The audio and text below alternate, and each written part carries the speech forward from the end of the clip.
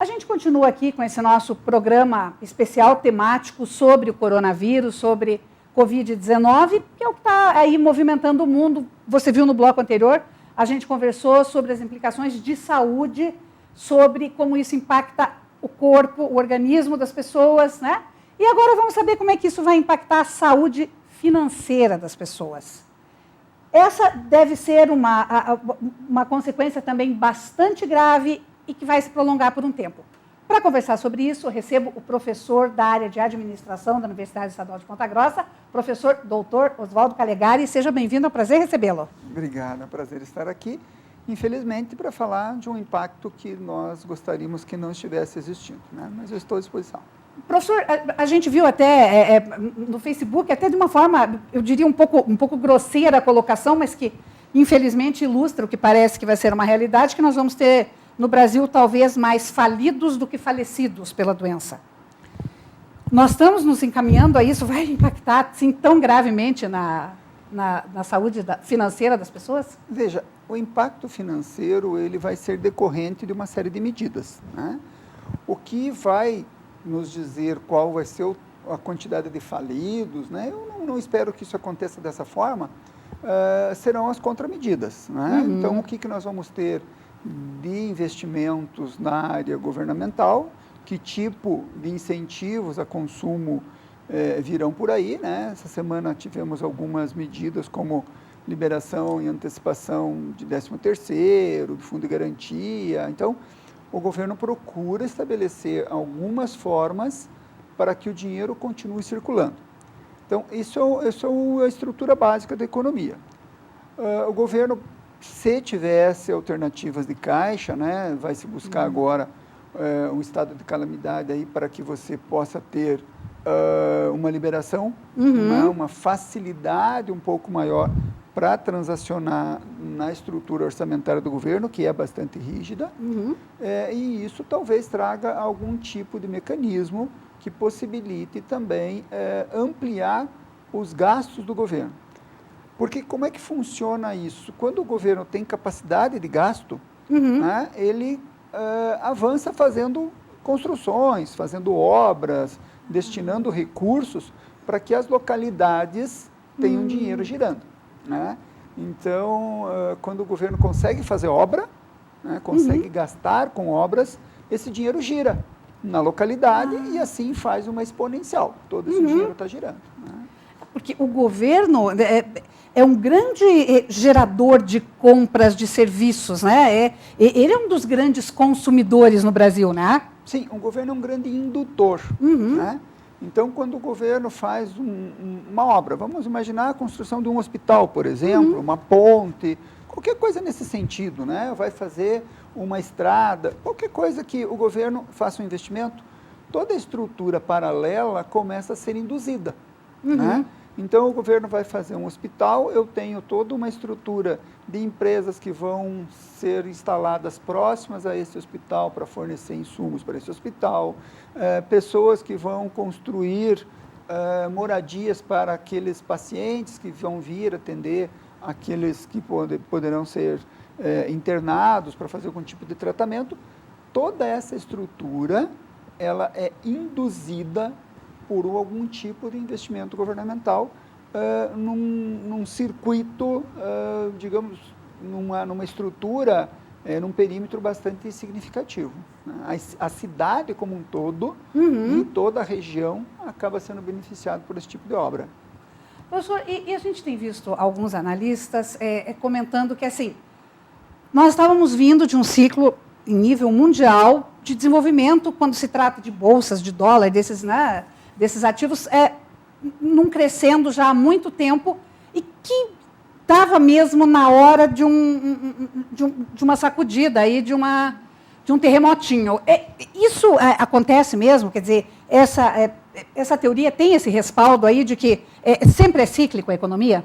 Exato, a economia é cíclica, né? Alguns estudiosos dizem que se o governo não mexer muito, ela se revive. Ah, tá. Né? É aquela coisa do dia de muito, véspera de pouco. Exatamente. Então, o que acontece, por exemplo, com bolsa no Brasil e bolsa pelo mundo? Né? A Bolsa no Brasil estava aí com seus 100 e poucos pontos, né? Não vou falar em números específicos, porque não é essa a ideia. Tem alguns números aqui para você, se você, de hoje, inclusive, para a gente conversar sobre Bolsa.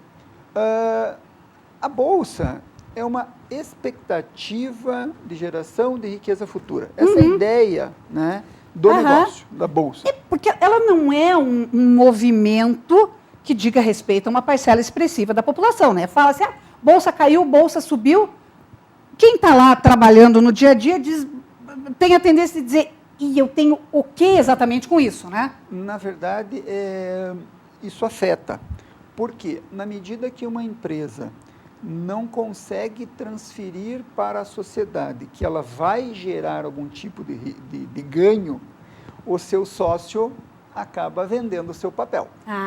Entendeu? Tá. Quando ele vende seu papel, existe uma coisa chamada lá nessa estrutura que é o efeito manada. Então ele começa a vender, o outro começa a vender também, o outro começa a vender e as ações se deterioram, né? Viram um valor muito pequeno.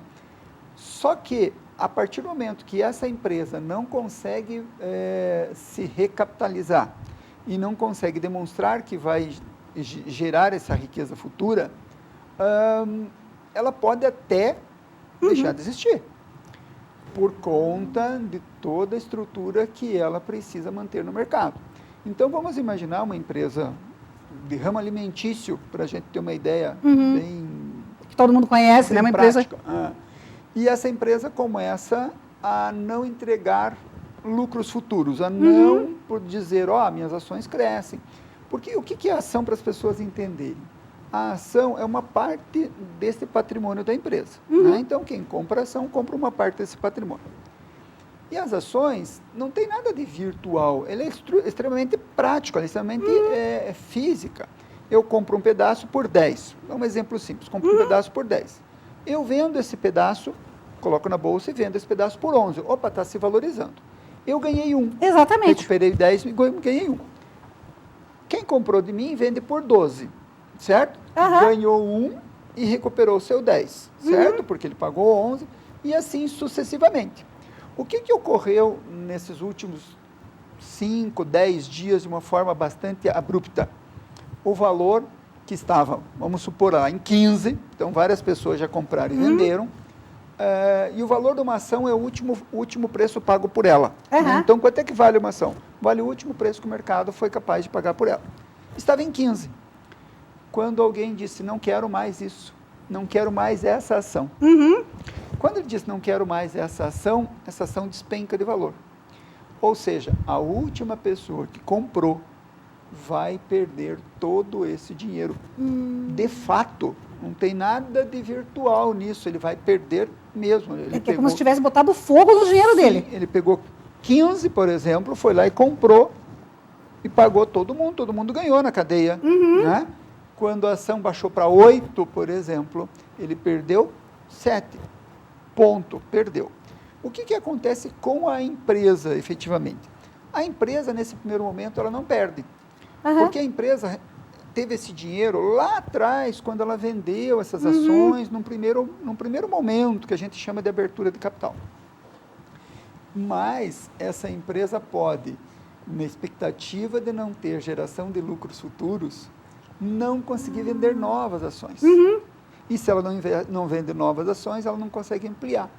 E neste ciclo, ela também pode passar dificuldades e ter até que demitir, ter uma diminuição na sua margem, não consegue fazer reinvestimentos. Então, a longo prazo, isso pode afetar, inclusive, empresas bem estruturadas. Bem sólidas. Bem sólidas. Já a movimentação do dólar, que é um outro ativo aí da economia, é mais fácil de entender. Quer dizer, muita coisa no dia a dia, começar do pãozinho, né? Porque o Brasil não é autossuficiente em trigo, pãozinho que é comprado no exterior, se o dólar estiver mais caro, ele vai pagar o pãozinho mais caro, né? O dólar são duas análises que nós precisamos separar hoje, no Brasil especificamente.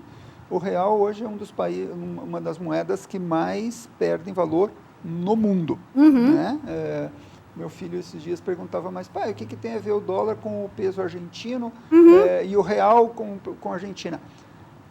Eu posso ter uma moeda que desvalorize menos que a outra em relação ao dólar, por uma série de motivos. O nosso hoje fundamental que eu digo que é bastante representativo. Existe uma fuga de dólar bastante significativa do Brasil. Ah, tá. Por um motivo muito simples. O Brasil tinha uma taxa de juros de 14%, 15% ao ano há alguns meses atrás, e hoje tem uma taxa de 4%. Me perdoe, eu não vi ainda, mas já houve hoje um novo corte, mais um corte, eu não sei exatamente quanto que essa taxa ficou, mas mais um corte. Se a gente for fazer uma conta bem clara, Ana, o Brasil hoje pode passar a ter juro negativo. O que quer dizer isso? Eu tenho uma taxa de juros de 4, eu não sei para quanto ficou, me perdoe, eu vou trabalhar com 4. Não deve estar muito abaixo disso de uma vez só, assim, né? Se eu tiver uma inflação de 4,5%... eu tenho uma taxa de juros negativa. Então, eu tenho uma taxa de juros que não vai remunerar meu capital.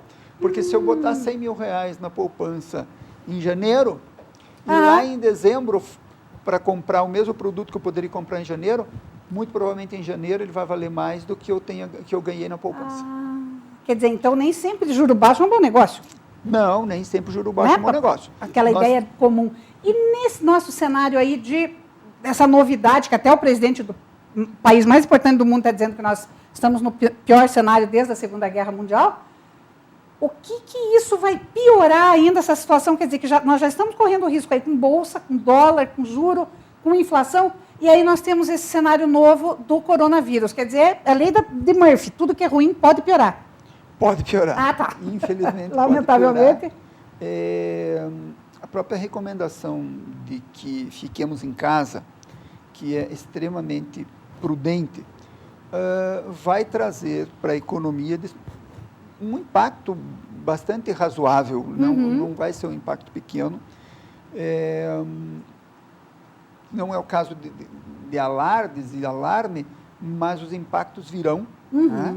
Depende muito, como eu falei no início, das contramedidas que o governo vai adotar, porque são necessárias, serão necessárias. Né? Hoje já se falou num valor de R$200 para as pessoas que não têm estrutura formal, né? Para os informais. Então, as contramedidas vão significar muito nesse momento. Agora, o impacto ele é bastante previsível, né? Você imagine o restaurante, né? Vamos pegar um restaurante e aí, a partir da semana que vem, é muito possível, em vários estados já está acontecendo isso, em vários países do mundo, se proíbe, inclusive, de um restaurante ficar aberto. Quem é que paga essa conta? Exatamente. Né? Hotelaria, aviação, né? Quem é que paga essa conta? O empresário vai arcar com um valor significativo. Então, eu acredito que venham medidas, né? Um determinado banco já usando aí da sua possibilidade de mídia, já colocou no mercado que as contas de quem está com seus valores em dia serão prorrogadas automaticamente para 60 dias.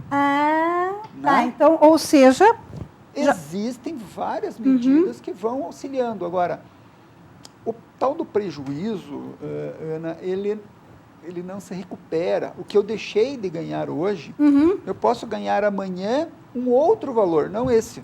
Então, ficar 10 dias, 15 dias, 20 dias, não sabemos quanto, com o estabelecimento fechado, a conta de água, luz, empregado, ela está correndo. Né? Então, os impactos virão, depende mais uma vez das contramedidas, eu acho isso assim, muito importante. A perspectiva, pelo que a gente lê, por exemplo, nos Estados Unidos, uma ideia é mandar dinheiro mesmo para as pessoas continuarem gastando. Né? O problema é também gastar aonde se tudo vai estar fechado. Exatamente. Vai ter que todo mundo comprar pela internet. Sorte dos sites de compras. Vai haver uma procura grande. Professor, muito obrigada. Nossa, ajudou demais esses seus esclarecimentos. E a gente torce para que a gente consiga se recuperar logo de tudo isso, para que as coisas possam gradativamente voltar ao normal e que todo mundo consiga aprender um pouco com isso também, né? Eu acho que esses momentos e essas dificuldades, elas vêm para nos demonstrar que a solidariedade ainda é melhor do que a mercantilização, né? Então, solidariedade, estender a mão, olhar para quem está em dificuldade, é muito melhor do que a mercantilização. Nós, numa estrutura muito mercantilizada, você acaba ficando nessas dependências, né? Cria-se algumas bolhas, né? Algumas pessoas perderam um valor bem razoável em bolsa, muitas empresas terão dificuldades. Então, é um momento de solidariedade, é um momento de entender a dificuldade dos outros. Infelizmente, essa estrutura mercantilizada, ela nos tira um pouco a ideia de que vivemos todos juntos, né? E eu acho que isso precisa voltar a ser algo principal na vida da gente. Tá certo. Muito obrigada, professor. Eu que agradeço. Um abraço. Um abraço. No próximo bloco, a gente vai ver direitos de trabalhadores e de empresários e também uma empresária que achou um jeito diferente de continuar trabalhando diante dessa temporada aí de reclusão social. É um instante só, eu já volto. Não saia daí.